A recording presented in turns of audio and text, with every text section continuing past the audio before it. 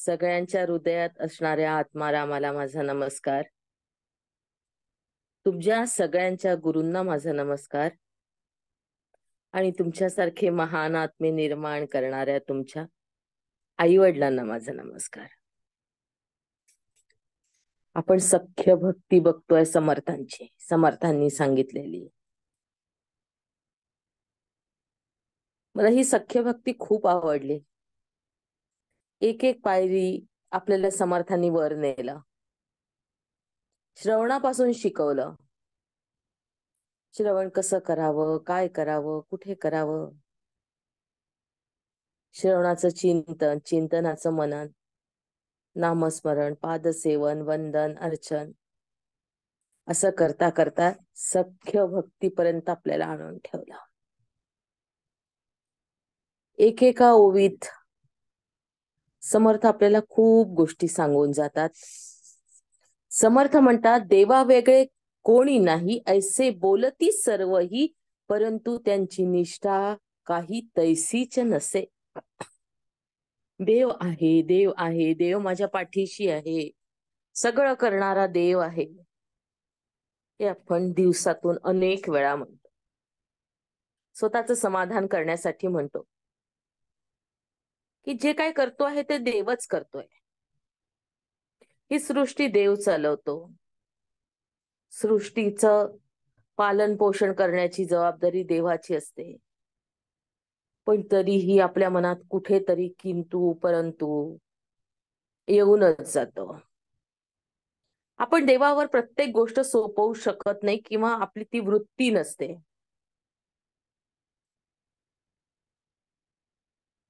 महाभारताच्या युद्धामध्ये श्रीकृष्णाने अर्जुनाचं सारथ्य केलं आणि त्याचा प्रण होता की मी धनुष्य उचलणार नाही, युद्धाला तयार होणार नाही, मी फक्त 4 युक्तीच्या गोष्टी सांगेन. पण एखादी आई आपल्या बाळाला वाचवण्यासाठी जीवाची पर्वा न करता आपलाच प्रण मोडते. त्याचप्रमाणे श्रीकृष्णाने 2दा ते 3दा शस्त्र उचलण्याचा प्रयत्न केला. भीष्मांची प्रतिज्ञा होती की मी तुम्हाला शस्त्र उचलायला लावीन.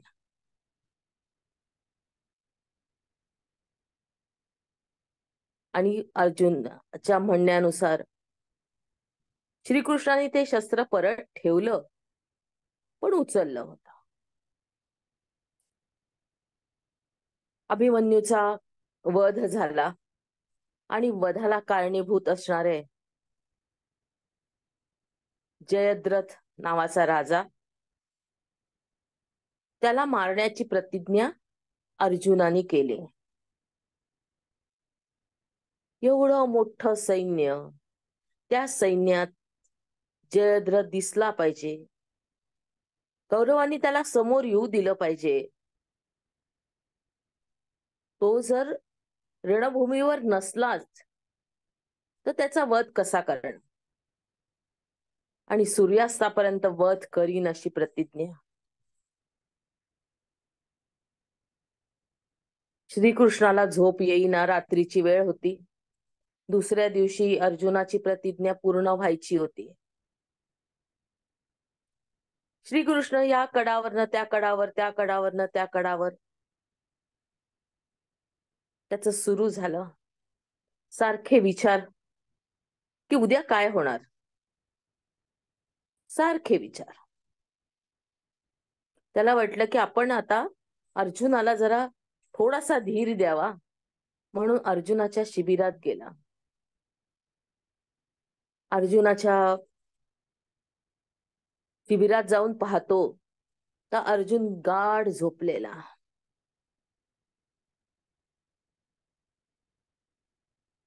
सकाळच्या वेळेला पुन्हा श्रीकृष्ण अर्जुनाजवळ गेला आणि विचारलं की अरे बाबा, तू ही प्रतिज्ञा केली होती की मी जयद्रथाला मारीन, आणि तू असा झोपून कसा गेला, इतका गाढ कसा झोपलास? मला तर रात्रभर झोप नाही आली तुझ्या विचाराने.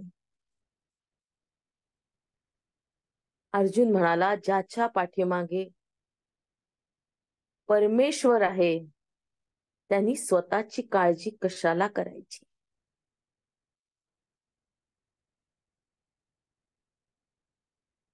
मला काळजीच नव्हती. आणि त्या युद्धात जर आपण बघितलं, जयद्रथाचा जेव्हा वध होतो त्यावेळा संध्याकाळ व्हायला आलेली असते. श्रीकृष्णाने आपल्या सुदर्शन चक्राने सूर्यावर पांघरून घातलेलं असतं. सूर्याचा प्रकाश येणं बंद झालेला असतो. सगळ्यांना वाटतं संध्याकाळ झालीये. आणि अर्जुन आता अग्निप्रवेश करणार, स्वतःच प्रतिज्ञा पूर्ण करण्यासाठी. त्याच वेळेला सूर्य दिसायला लागतो आणि जयद्रथ ते दृश्य पाहण्यासाठी समोर आलेला असतो. श्रीकृष्ण म्हणतात, तो बघ सूर्य आणि तो बघ जयद्रथ, मार बाण. याच्यात अर्जुनाचं कर्तव्य किती आणि श्रीकृष्णाचं कर्तव्य किती. अर्जुनाच्या पाठीमागे जेव्हा भक्कम असा सद्गुरू उभा असतो त्यावेळा त्या भक्ताला चिंता करण्याचं कारणच नसतं. गोंदवलेकर महाराज म्हणतात की तुमचा संसार माझ्या स्वाधीन करा. तुमच्या अपेक्षेच्या ही पलीकडे मी तुमचा संसार सुखाचा करून दाखवेन. आपला संसार आपल्या गुरुच्या स्वाधीन करणं हेच गोंदवलेकर महाराजांनी म्हटलेलं असलं तरी प्रत्येक संतांना लागू पडतं. आपण सोपवू शकतो का? आपण सद्गुरूच्या पायावर एखादी गोष्ट सोपवली तरीही आपण चिंता करत बसतो, होईल की नाही, परमेश्वर करेल की नाही, वेळेत होईल की नाही. मग आपण सौख्य भक्तीला पोचलो का? समर्थांच्या म्हणण्यानुसार देवा वेगळे कोणी नाही. ऐसे बोलती सर्वही परंतु त्यांची निष्ठा काही तैसीच नसे. जेव्हा आपली निष्ठा आपल्या परमेश्वरावर, आपल्या सद्गुरूवर पूर्णपणे राहील तेव्हा आपण सौख्य भक्तीचे उत्तराधिकारी होऊ. तेव्हा आपल्याला ही सौख्य भक्ती साधली असं आपल्याला म्हणता येईल. इतका विश्वास आपल्या सद्गुरूवर आपल्याला टाकता आला पाहिजे. इतका विश्वास. त्यांच्या मतानुसार चांगलं हो या वाईट हो, वाईट जरी झालं तरी ते माझ्या कल्याणासाठी आहे, माझं एक कर्म जाण्यासाठी आहे किंवा माझं संचित संपण्यासाठी आहे, हा विचार आपल्या मनात आला पाहिजे.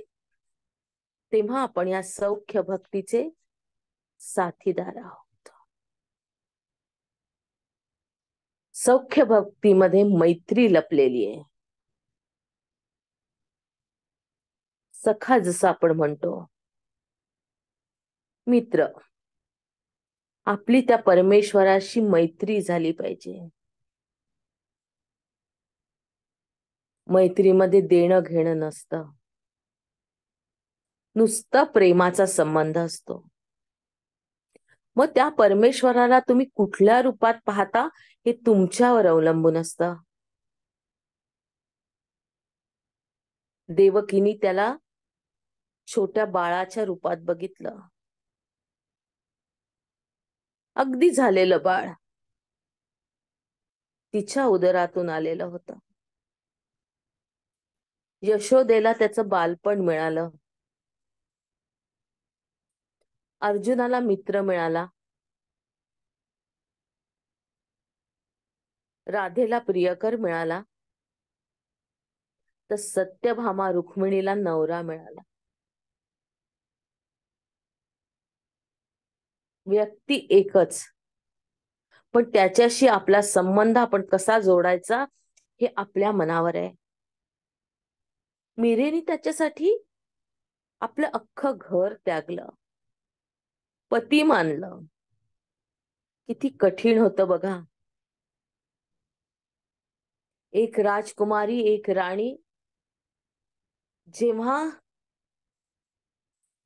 जी व्यक्ती या दुनियेत नाहीच, एका मूर्तीला आपला नवरा मानते, त्याच्यासाठी वेडी होते. तिला किती छळल्या गेला. विषाचा पेला पण तिला पचवावा लागला. लोकांची निंदा पचवावी लागली. पण तिची अपेक्षा काय होती? काहीच नव्हती. अपेक्षा विरहित तिने श्रीकृष्णाला कुठे म्हटलं नाही की मला हे लोक त्रास देतात आहे, यांचा वध कर, किंवा त्यांना या दुनियेतून घालवून दे. नाही केल्या कंप्लेंट्स.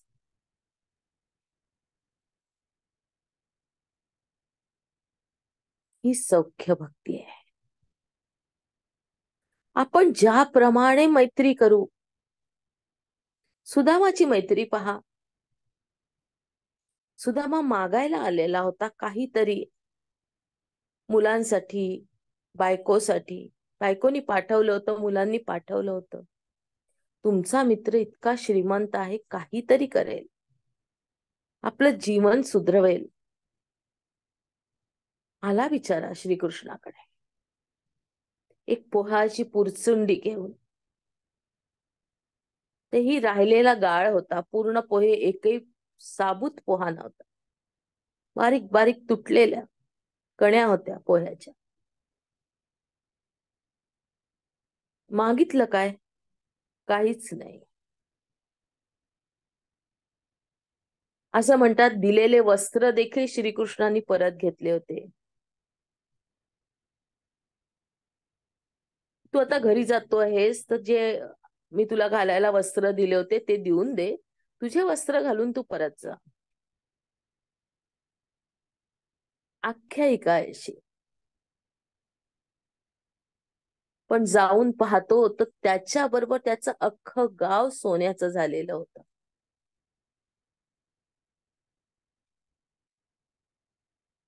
तुम्ही एक छोटीशी गोष्ट देता तर त्या बदल्यात परमेश्वर तुम्हाला सगळं काही देऊन जातो.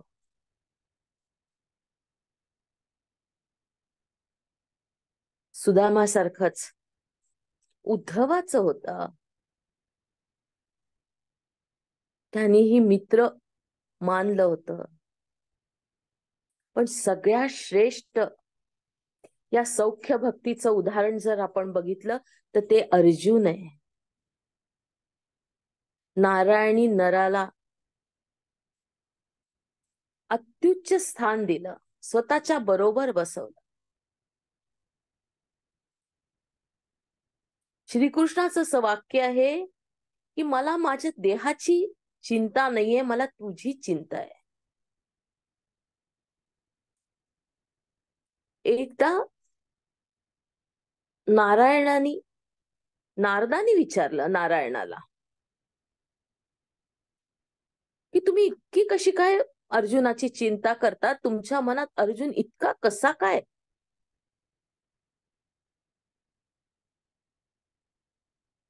नवल आहे एका मानवासाठी तुमचा प्राण इतका का तडफडतो? इतकं कसं का तुम्ही त्यांचं करता? श्रीकृष्णाने दिलेलं उदाहरण, नारदा त्याच्या हाताला तू कान लावून पहा, त्याच्या पायाला तू कान लावून पहा, त्याच्या हृदयाला तू कान लावून पहा, त्याच्यातून तुला काय ऐकायला येतं? नारदानी त्याचा हात उचलला आणि आपला कान त्या हातावर ठेवला. त्याच्या रोमारोमातून ऐकू येत होतं श्रीकृष्ण श्रीकृष्ण श्रीकृष्ण श्रीकृष्ण. अर्जुन राहिला होता का इथे स्वतःचा? अर्जुन राहिलाच नव्हता. अर्जुनाने स्वतःला पूर्णपणे श्रीकृष्णात विलीन करून टाकलेलं होतं. ज्याच्या मनात इतकी भक्ती, त्याला परमेश्वर कसा सोडेल?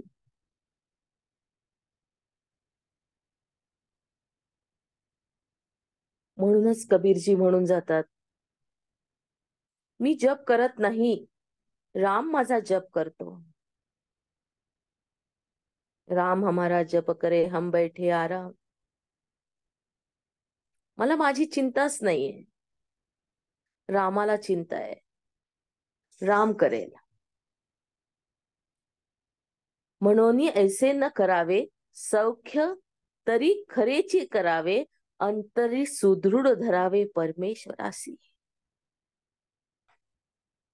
समर्थ यासाठी पुढची ओळ लिहून जातात, सौख्य तरी खरेची करावे, दाखवण्यासाठी नाही, खरे करावं.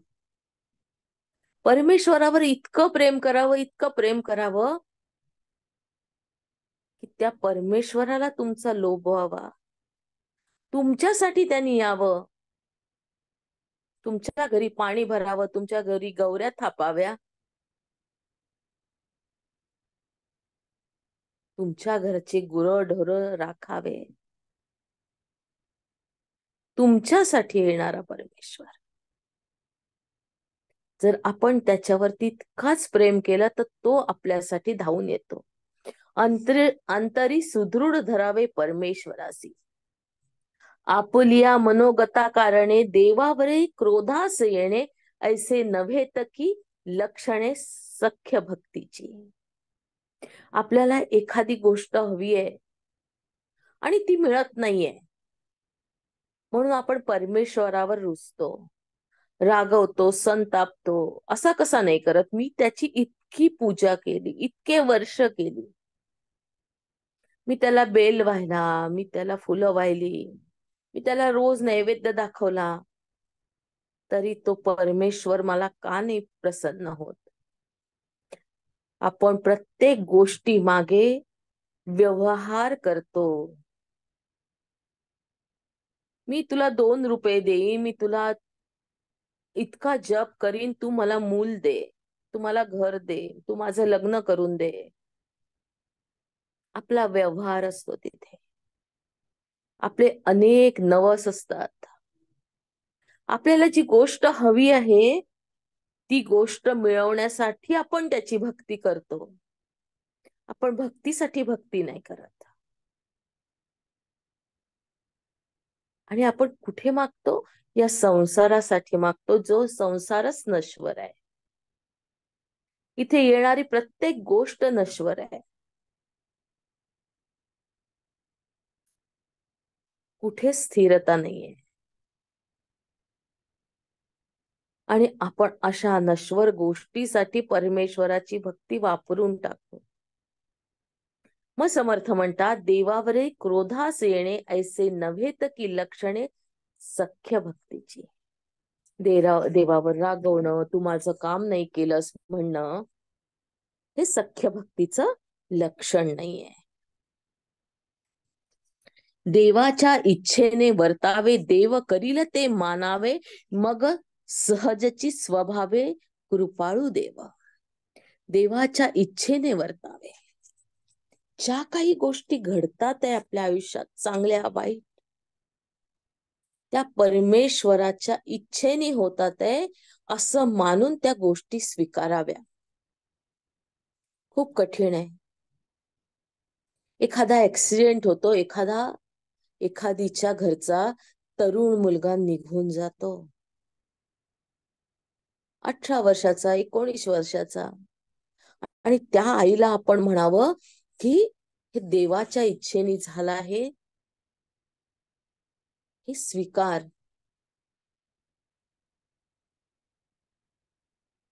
कठीण जात. पण एवढी भक्ती आपल्याला असायला पाहिजे की आपलं बाळ जे गेलेलं आहे 18 किंवा 19 वर्षाचं, त्याच्या मागे वेगळा काहीतरी देवाचा प्लॅन असेल. त्याच्या भल्यासाठी, आपल्या भल्यासाठी हे घडलेलं आहे. देवाचे जे मनोगत तेच आपले उचित इच्छेसाठी भगवंत अंतरू नये की. देव जे करतो ते चांगलंच आहे. आपल्याला दुःख होतं, दुःख मनात ठेवावं आणि परमेश्वराच्या इच्छेस स्वतःची इच्छा समर्पित करावी, विरघळून टाकावी.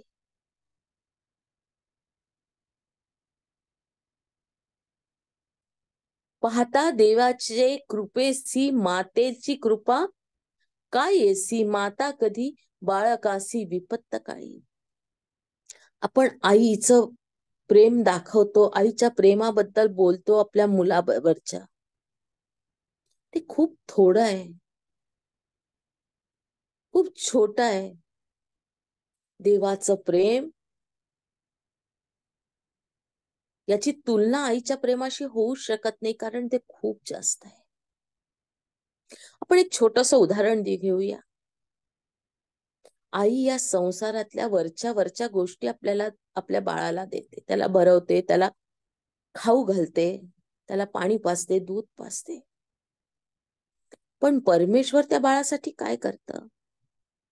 त्याचा जो श्वास सुरू आहे ना, हा परमेश्वराच्या कृपेने सुरू आहे.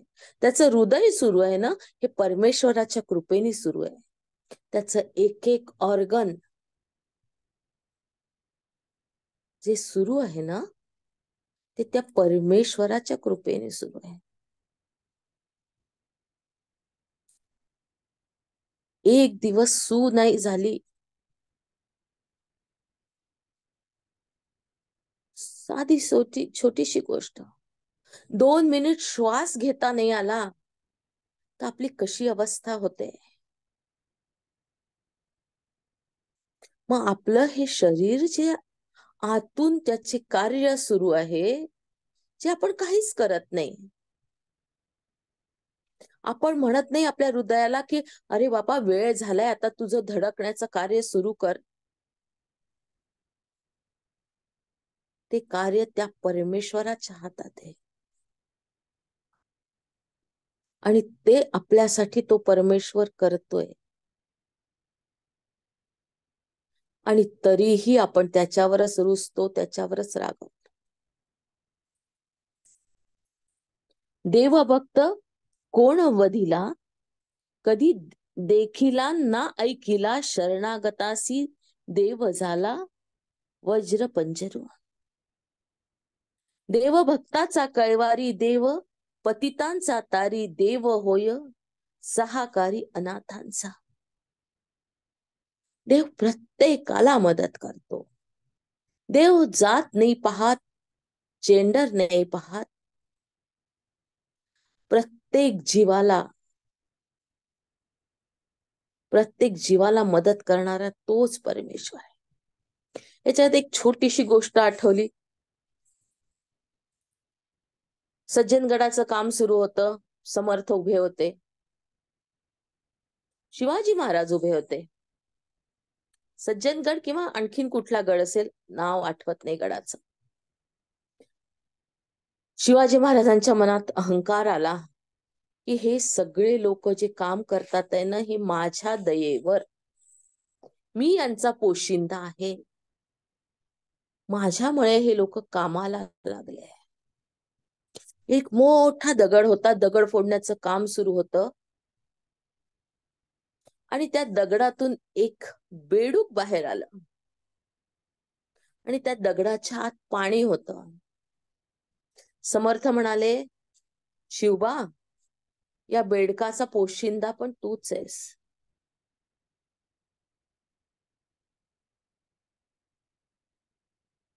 असं होतं का? त्या दगडाच्या आत असणारा ते बेडूक, आत असून देखील त्या परमेश्वराने त्याला सांभाळलं होतं. आपण वरवरच जरी बघत असलो तरी आत आपण बघतच नाही की या संपूर्ण जगाला जो चालवतो, इथल्या फुलपाखरांना, इथल्या पक्ष्यांना, इथे प्रत्येक छोट्या छोट्या कृमी कीटकांना पण पोषण करणारा तोच परमेश्वर आहे, जो आपलं करतो. मग त्याच्यावर प्रीती धरताना, त्याच्यावर प्रेम करताना आपली मनस्थिती कशी असावी, आपला भाव कसा असावा, मित्रासारखा असावा आणि कुठलंही बंधन नसावं, की तू हे असं करशील तर असं होईल. त्या प्रेमात निर्वाज्यता असावी.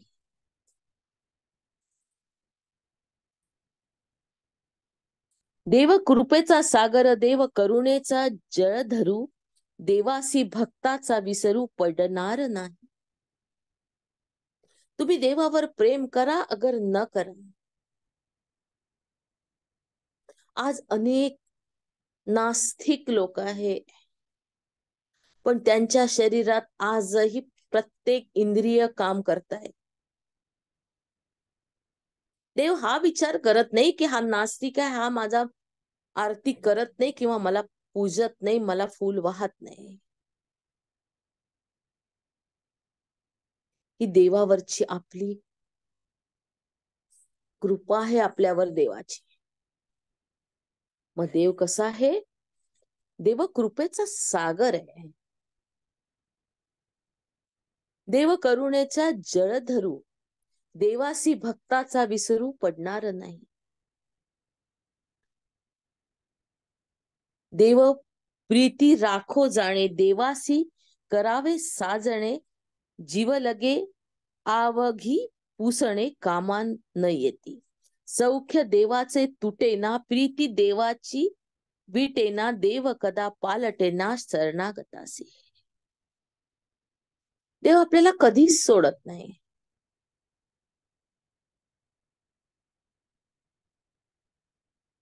मग आपण देवाला सोडावं का?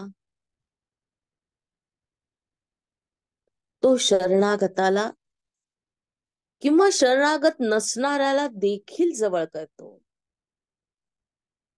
मग आपली सौख्य कसं असावं, समर्थ या पूर्ण अध्यायातून सांगतात आहे, या समासातून सांगतात आहे. म्हणून सख्य देवासी करावे, हितगुज तयासी सांगावे, आठवी भक्तीचे जाणावे लक्षण ऐसे. मग याला त्याला आपल्या मनातील भाव न सांगता आपल्या देवाजवळ आपण व्यक्त करावा, मानस पूजेत व्यक्त करावा. पूर्वीच्या काळी ज्या नवविता नवीन लग्न झालेल्या मुली असायच्या, खूप छळ असायचा त्यांना, घरात छळल्या जायच्या, मनाविरुद्ध व्हायचं. तेव्हा आईने एक गोष्ट सांगून पाठवलेली असायची, कितीही मनावर तुझ्या घाव पडले तरी तुळशी जवळ सांग, तुझं मन हलकं होईल. तुळशी जवळ सांगणं म्हणजेच या देवाजवळ सांग. गाईच्या गोठ्यात जाऊन गाईला सांगणं म्हणजे देवाजवळ सांगणं. देवाशी हितगुज करावं, देवाला सांगावं. आपल्याला मार्ग तोच दाखवतो, तोच आपल्याला चालवतो, तोच आपल्याला घेऊन जातो. देव फक्त आपल्या भावाचा भुकेला असतो. आपला त्याच्या परी भाव कसा आहे, आपण किती अवलंबून आहोत, हे या भक्तीत आपल्याला सांगितलं समर्थाने. आणि ही भक्ती आज आपण इथे संपवतोय. देव भक्त आता उद्यापासून आत्मनिवेदन भक्ती, शेवटची भक्ती. ही आत्मनिवेदन भक्ती जर आपल्याला साधली तर आपण गुरु होऊन जातो. आपल्याला बघा, श्रवणापासून एक एक पायरी कशी वरती आणली. प्रत्येक गोष्टीचं मनन करा, प्रत्येक गोष्ट समजावून घ्या. आपल्यामध्ये नक्कीच बदल होतो या ऐकण्याने. आपण एकदम आत्मनिवेदनापर्यंत नाही पोहोचू शकत, पण तरीही या जन्मात जितकं शक्य होईल तितकं वरची पायरी आपल्याला चढायचीच आहे. आपण मनाने आपल्या परमेश्वराजवळ पोचायचंच आहे. आपला पूर्ण 100% आपल्याला द्यायचं आहे या जन्मात. मग हात धरणं आणि वर ओढणं त्याचं काम आहे. पण जेव्हा आपण 100% देतो तेव्हा तो आपल्या मदतीला धावतोच धावतो, न बोलावता धावतो. चला ध्यानाकडे वळूया. पाय क्रॉस करायचे.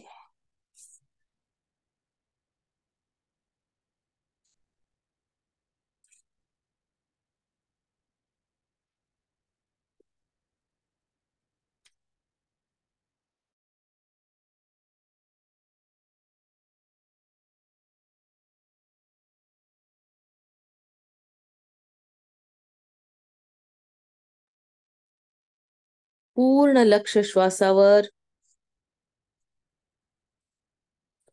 श्वास येतोय, श्वास जातोय.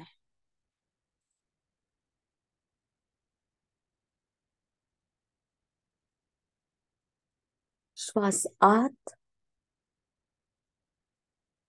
श्वास बाहेर. श्वास आत, श्वास बाहेर. येणारा श्वास, जाणारा श्वास.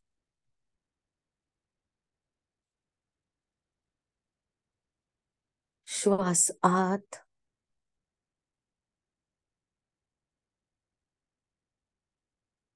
श्वास बाहेर.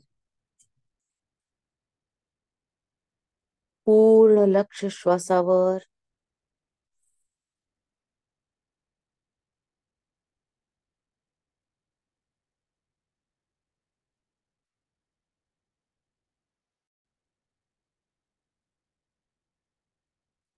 श्वास आत, श्वास बाहेर.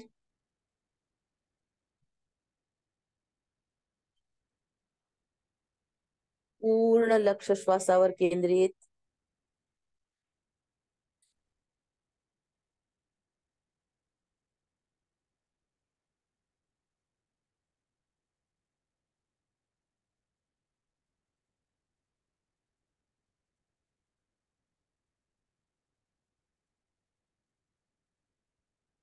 पूर्ण लक्ष श्वासावर केंद्रित.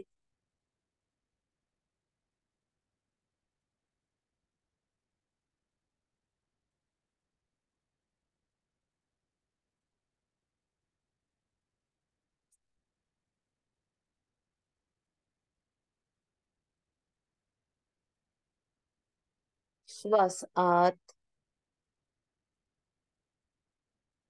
श्वास बाहेर.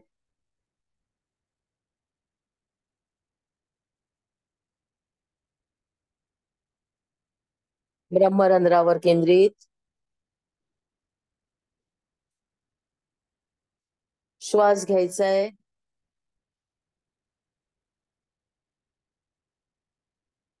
आणि सरळ मणिपूरवर उतरायचंय.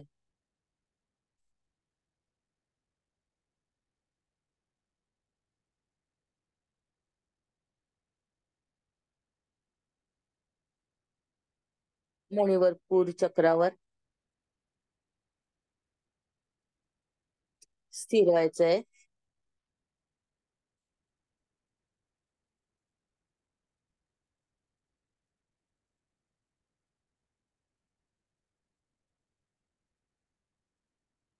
पूर्णपणे नाभी चक्रावर केंद्रित.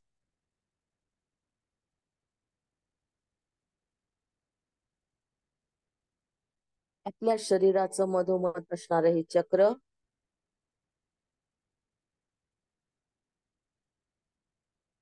अग्नितत्व आहे, पिवळा रंग आहे.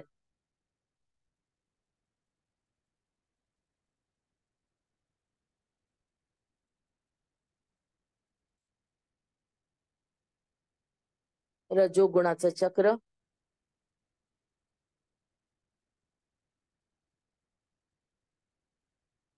रजोगुणातून आपल्याला सत्व गुणाकडे जायचंय. मणिपूर चक्रावर केंद्रित.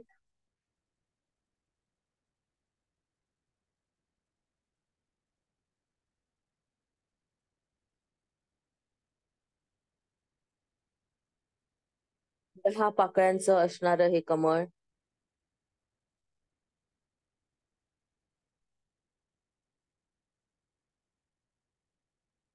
विष्णूचं स्थान आहे.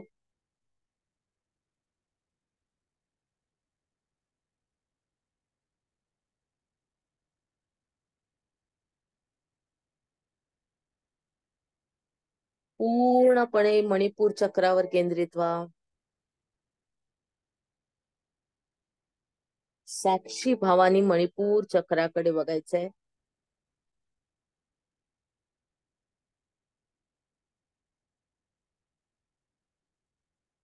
पिवळा रंग,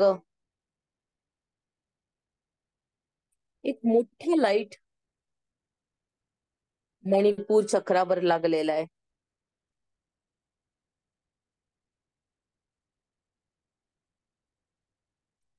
आणि त्याचा प्रकाश तुमच्या संपूर्ण पोटात पसरलेला आहे. पिवळा रंग बघण्याचा प्रयत्न.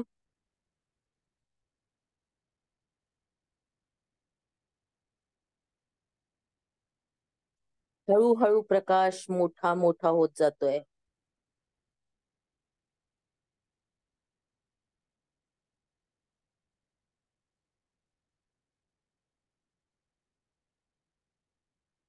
मणिपूर चक्रावर स्थिर आहोत.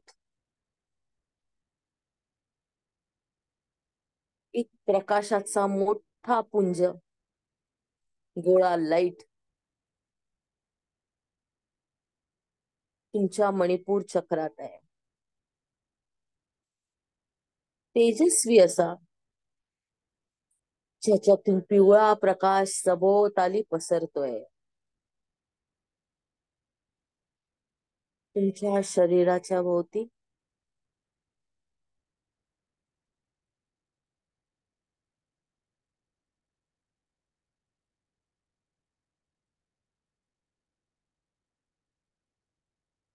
तुमच्या शरीराच्या भोवती देखील तो पसरणं सुरू झालाय. शरीरापासून 1 फूट लांब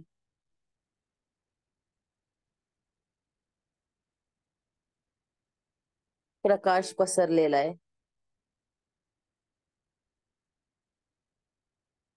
एका मोठ्या बलून मध्ये पिवळ्या रंगाच्या तुम्ही बसलेले आहात.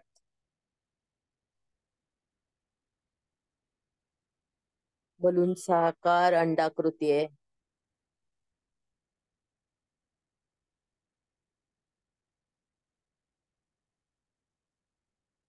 पूर्ण पिवळा रंग, आणि पिवळ्या रंगाचा तुमच्या शरीरावर होणारा परिणाम. प्रत्येक रंगाचा आपल्या शरीरावर परिणाम होत असतो. प्रत्येक रंगाला एक ऊर्जा असते, एक व्हायब्रेशन असतं. आणि शरीरातील ऑर्गन्स ठीक करण्याची क्षमता असते.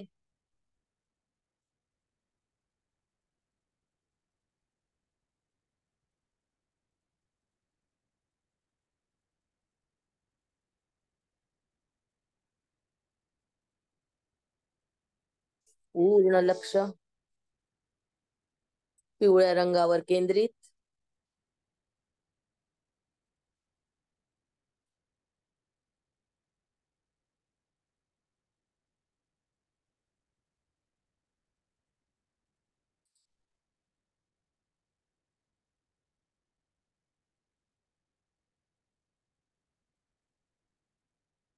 शरीराच्या भोवती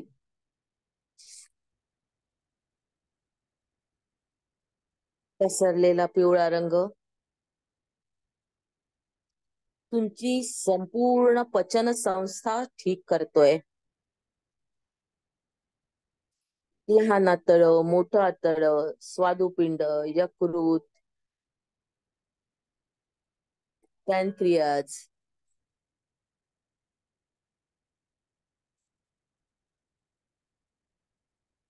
यांना सामर्थ्य देत आहे त्यांचं काम नीट करण्यासाठी. त्यात झालेले छोटे छोटे बिघाड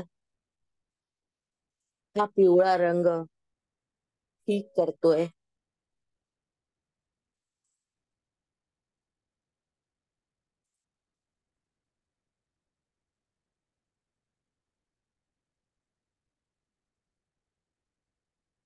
तुमच्या शरीराला ऊर्जा देण्याचं कार्य हा पिवळा रंग करत असतो. तुमची बुद्धी वाढवणं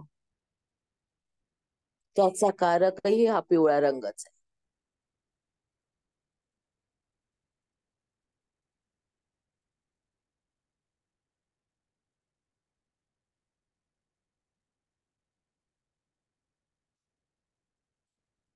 संपूर्ण लक्ष त्या प्रकाशावर,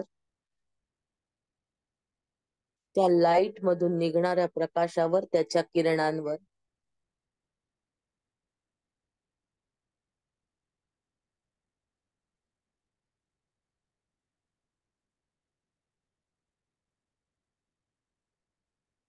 आपण अनेक देवतेंना पिवळं पितांबर नेसवतो.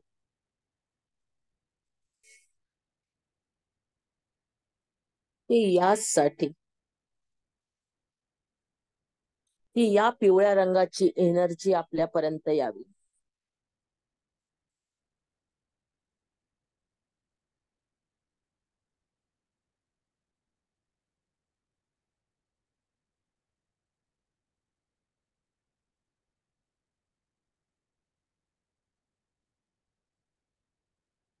पूर्ण लक्ष मणिपूरवर स्थिर, प्रकाश बघण्याचा प्रयत्न.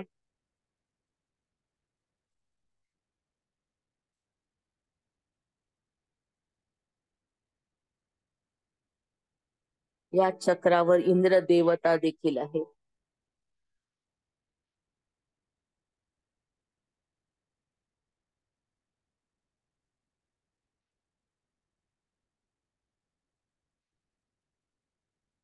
हे चक्र मनोमय कोशाशी जोडलेलं आहे. पूर्ण लक्ष मणिपूर चक्रावर,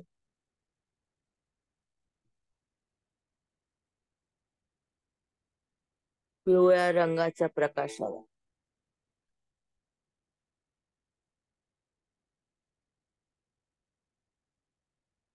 तुमच्या शरीराच्या आजूबाजूला पूर्ण पिवळा रंग भरलेला. हळूहळू पूर्ण शरीर बघायचंय आतून. तळपायात पिवळा रंग, पोटऱ्या, गुडघा,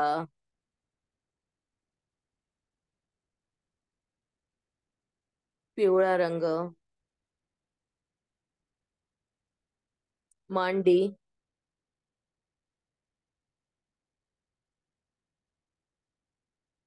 बेंबी पासून तर खालचा पूर्ण भाग पिवळ्या रंगाच्या प्रकाशाने न्हावून निघालेला आहे.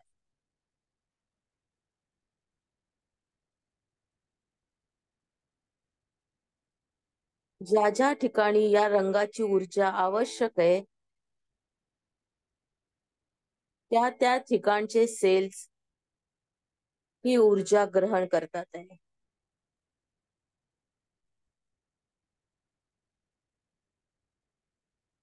नाभीपासून तर तळव्यापर्यंत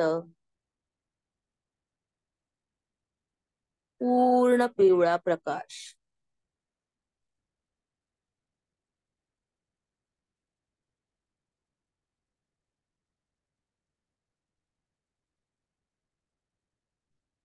नाभीवर स्थिर.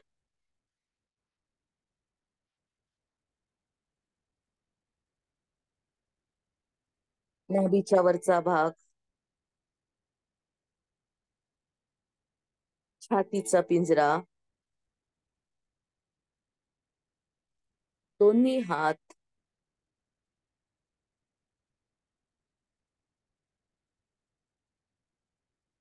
मान पिवळ्या प्रकाशाने न्हाऊन गेली.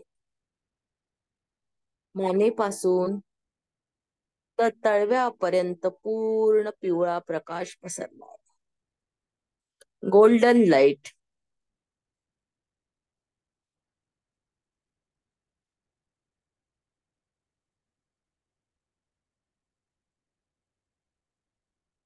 संपूर्ण लक्ष नाभीवर, नाभीतून निघणाऱ्या प्रकाशावर.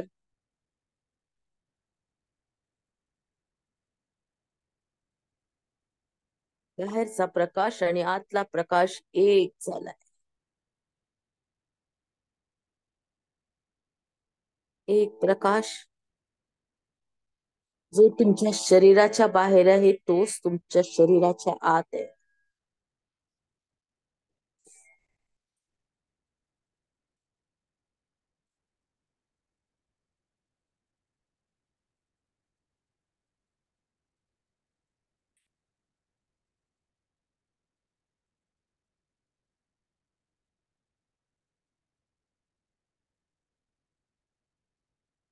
आपलं आरोग्य नीट ठेवण्याची जबाबदारी या प्रकाशावर आहे. जिथे जिथे कुठे दुःख आहे त्या ठिकाणी या प्रकाशाला केंद्रित करा. घेऊन जा नाभीपासून. ज्यांची पाठ दुखते आहे त्यांनी पाठीवर हा पिवळा प्रकाश बघण्याचा प्रयत्न.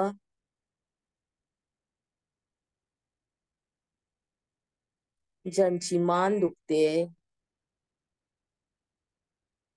काहींचे गुडघे दुखतात आहे,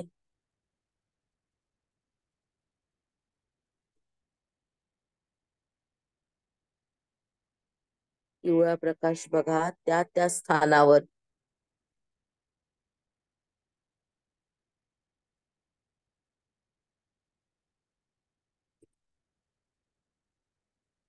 तुमच्या हातात पिवळ्या रंगाचा टॉर्च आहे आणि तो टॉर्च मधला प्रकाश तुम्ही त्या स्थानावर टाकताय.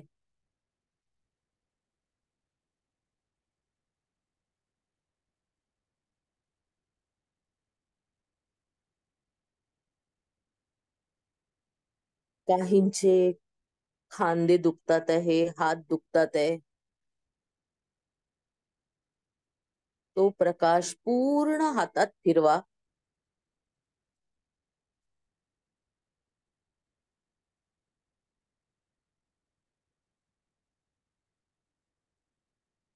तुमच्या हातात टॉर्च आहे, त्या टॉर्च मधून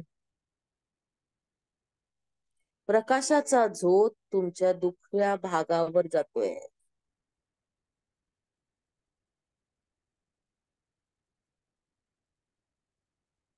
तुमच्या दुखऱ्या भागावर आत शिरून त्याचं कार्य सुरू झालेलं आहे. तुम्हाला ते दिसतंय.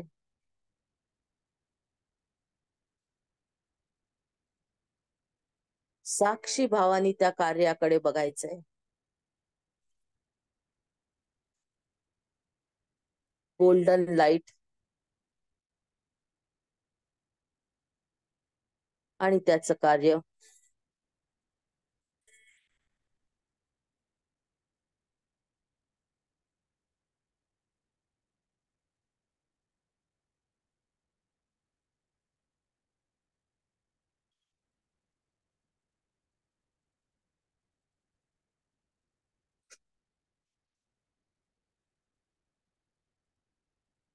ब्रह्मांडातून येणारी ऊर्जा आणि पृथ्वीतून येणारी ऊर्जा याचं संतुलन मणिपूर चक्रात घडतं.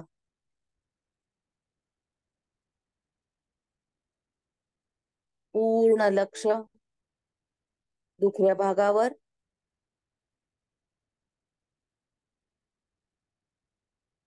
काहींना गर्भाशयाचा त्रास असेल तर तिथे घेऊन जा.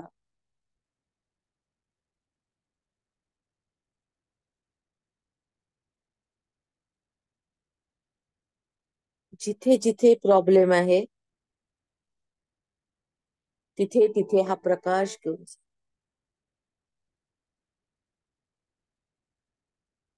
पूर्ण प्रकाश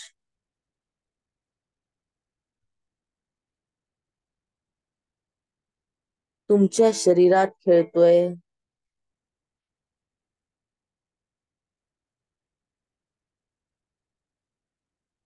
तुमचं हिलिंग सुरू केलंय त्यांनी.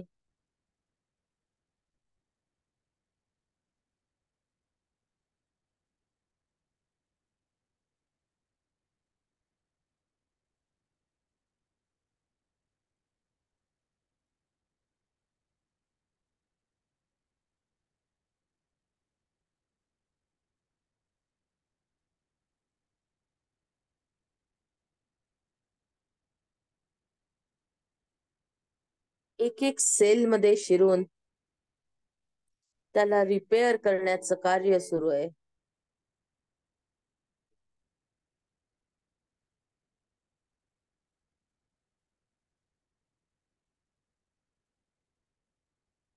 भटकणारं मन पुन्हा श्वासावर आणि श्वासातून पुन्हा मणिपूर चक्रावर.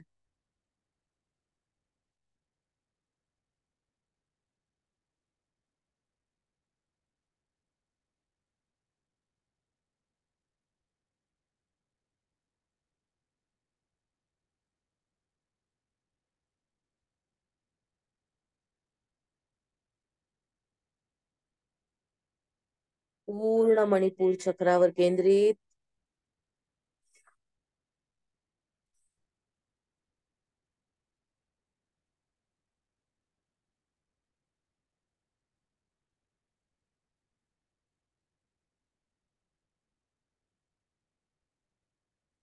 पिवळ्या रंगाचा दबाव तुमच्या शरीराच्या बाहेरच्या भागाला येतोय.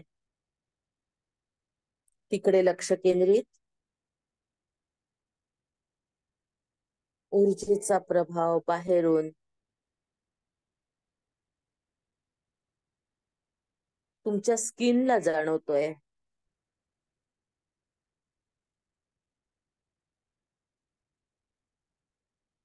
तुमची त्वचा दाबल्यासारखी होतीये. बाहेरच्या त्वचेवर लक्ष केंद्रित. तुम्ही पिवळ्या रंगाच्या बॉल मध्ये बसलेला आहात.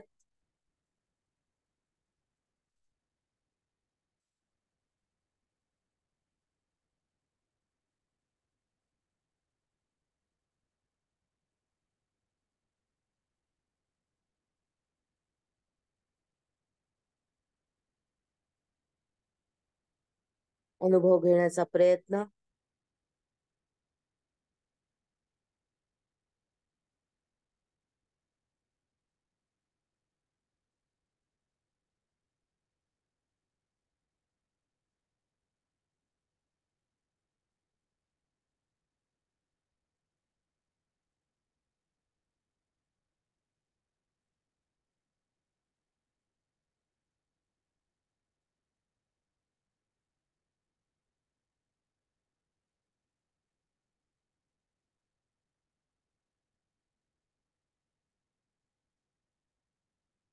पूर्ण लक्ष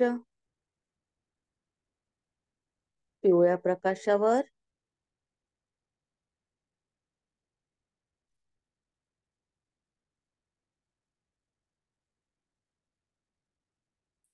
या प्रकाशाने तुमचं डायजेशन चांगलं केलेलं आहे. तुमच्या मनात आत्मविश्वास निर्माण केलेला आहे.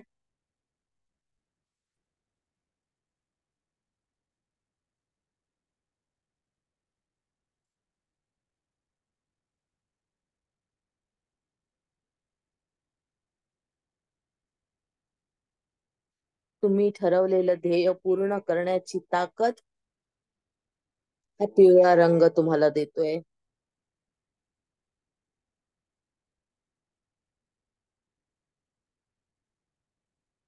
तुमच्या जीवनात डिसिप्लिन आणतोय,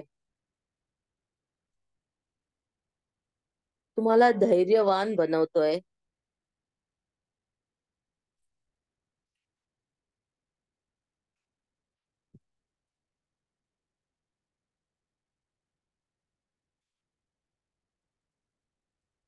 पूर्ण लक्ष मणिपूर चक्रावर आणि त्या चक्रातून निघणाऱ्या पिवळ्या रंगावर.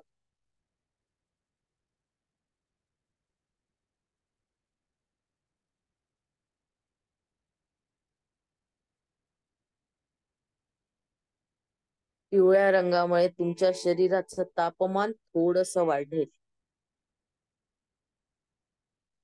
कारण अग्नितत्व आहे.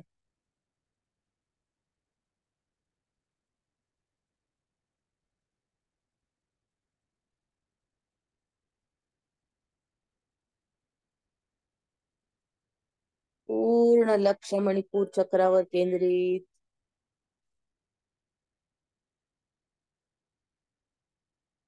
मनाने तुम्ही पूर्णपणे मणिपूर चक्रावर केंद्रित आहात.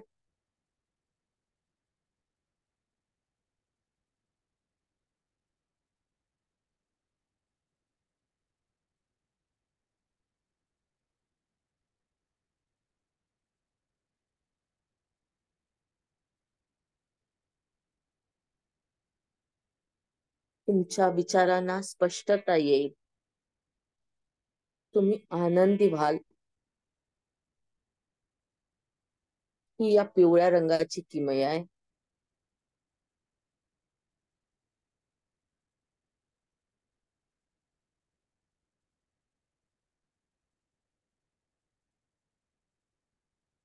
पूर्ण लक्ष मणिपूर चक्रावर केंद्रित. हळूहळू बाहेर पसरलेला पिवळा रंग तुमच्या मणिपूर चक्राच्या आतमध्ये सामावून जातोय. तुमच्या शरीराच्या बाहेर पसरलेला रंग हळूहळू मणिपूर चक्रात सामावून जातोय.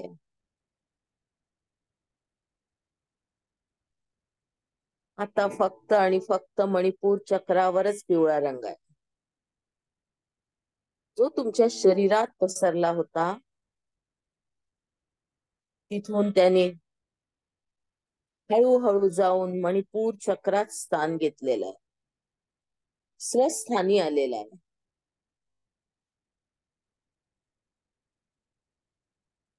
तो मोठा दिसणारा हा बॉल, प्रकाशाचा गोळा चक्रावरच स्थिर झालेला आहे.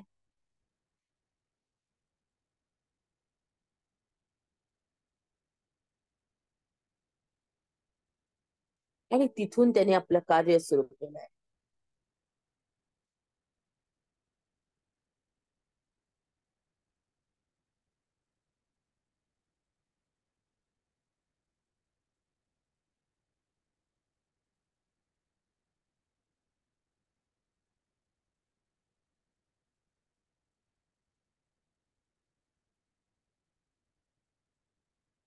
प्रकाश फक्त आणि फक्त मणिपूर चक्रावर.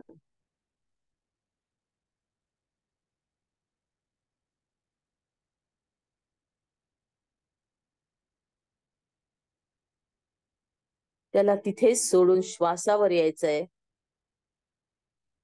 श्वास आत, श्वास बाहेर. पूर्ण लक्ष श्वासावर केंद्रित. येणारा श्वास, जाणारा श्वास. श्वास आत येतोय, श्वास बाहेर जातोय.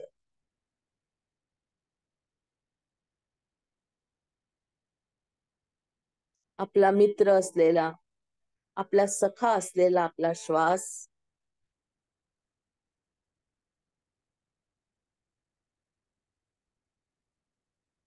आपल्या बरोबर सदैव असतो.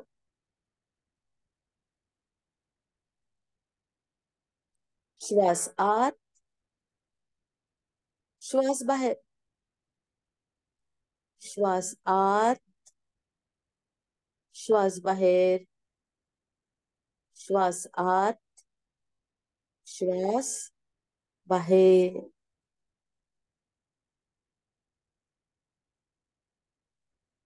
हाताची बोट विलग करायची आहे. पाय जे क्रॉस केले होते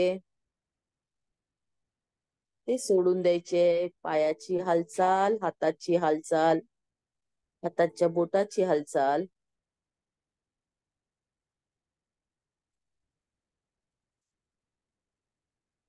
आता मस्त एकमेकांवर रब करायचे हात. खूप घासा, जोरदार, जितकं घासता येईल तितकं घासा. ऊर्जा निर्माण करा हातात, दोन्ही हातात. अजून छान रब करा. डोळ्यावर ठेवू नका, सांगते तिथे ठेवा. नीलाताई कसा एकदम मस्त हात. द्या त्याला शक्ती हाताला.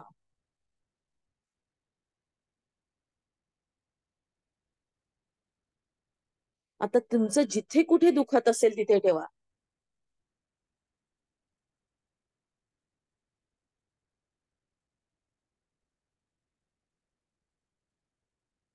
जिथे जिथे दुखत असेल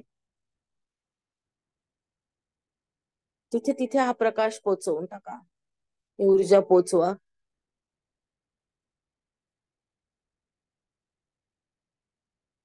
पूर्ण जाऊ द्या ती त्या स्थानाला.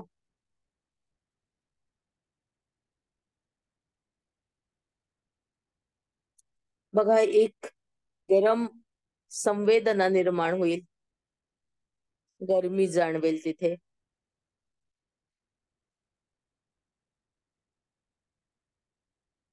आता पुन्हा हात घासा आणि डोळ्यावर ठेवा.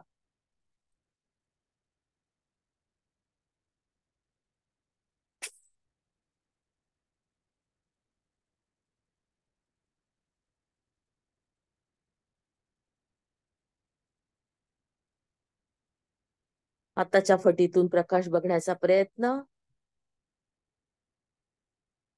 हळूहळू डोळे उघडायचे आहेत.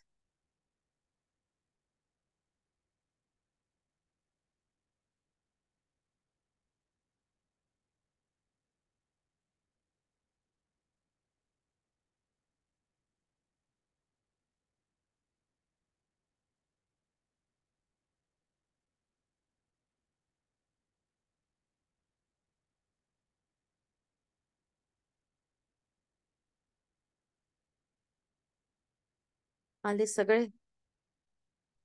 छान चेहऱ्यावर हसू पाहिजे.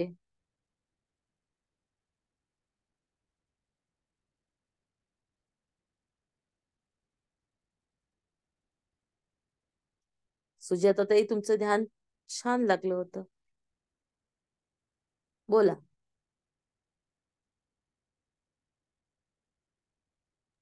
म्यूट आहात. हा बोला. खूप छान. नमस्कार अनघाताई, खूपच सुंदर ध्यान. मला ना आगीच्या ज्वाळा दिसल्या. म्हणजे आतमध्ये पण शरीरात दिसत होत्या आणि शरीराच्या बाहेर मला सर्कस मध्ये जसा आगीचा तो हे असतो ना, गोल असतो, त्याच्यातून तो प्राणी जातो, सिंह वगैरे, तर ते पण दिसलं मला. एक काही अर्धा मिनिट वगैरे ते दिसत होतं आणि पूर्ण शरीरभर जाणवलं. तुम्ही जसं वर्णन करत होता ते सगळं शरीरभर जाणवत होतं. आणि शेवटी शेवटी तुम्ही जेव्हा ते मणिपूर चक्रात जातंय सगळा प्रकाश असं म्हणत होतात ना, तेव्हा माझ्या मानेला बॅक साईडला जसं इथे असं टोचल्यासारखं होत होतं, असं सर्कलच्या ह्याच्यामध्ये. मला असं सारखं वाटत होतं की हात सोडून द्यावे आणि तिथे खाजवावं, पण मी कंट्रोल केलं. नंतर ते गेलं थोड्या वेळाने, पण ते मला शेवटी शेवटी जाणवलं. खूप छान अनुभव. धन्यवाद ताई. ही ऊर्जा जातेच. ती एक एक रंग आपल्या शरीरावर कार्य करत असतो. म्हणून नवरात्रात 9 दिवसाच्या ज्या साड्या नेसण्याची प्रथा निघाली आहे ना आता, ती त्याच्यासाठी आहे. की प्रत्येक रंग आपल्याला आवश्यक आहे. आपल्या चक्रांना म्हणूनच रंग आहेत. प्रत्येक म्हणजे रंगाचं इतके विविध प्रकार आहेत, त्याच्यातच शेड वेगवेगळे, आणि प्रत्येक शेडचं महत्व हे एक विज्ञान खूपच मोठं आहे. आपण याच्या आधी खूप आधी म्हणजे जवळजवळ वर्ष झालं असेल, आपण कलर घेतले होते, आठवत असेल तर. हो, मीनाताईंना आठवलं, आपण कलर्स घेतले होते. प्रत्येक कलर काय सांगतो आणि तो कलर कुठे कुठे वापरायचा आपण घेतलं होतं खूप आधी, सुरुवातीला. वर्ष दीड वर्ष झालं. पाहू, पुन्हा मिळाला चान्स तर घेऊया.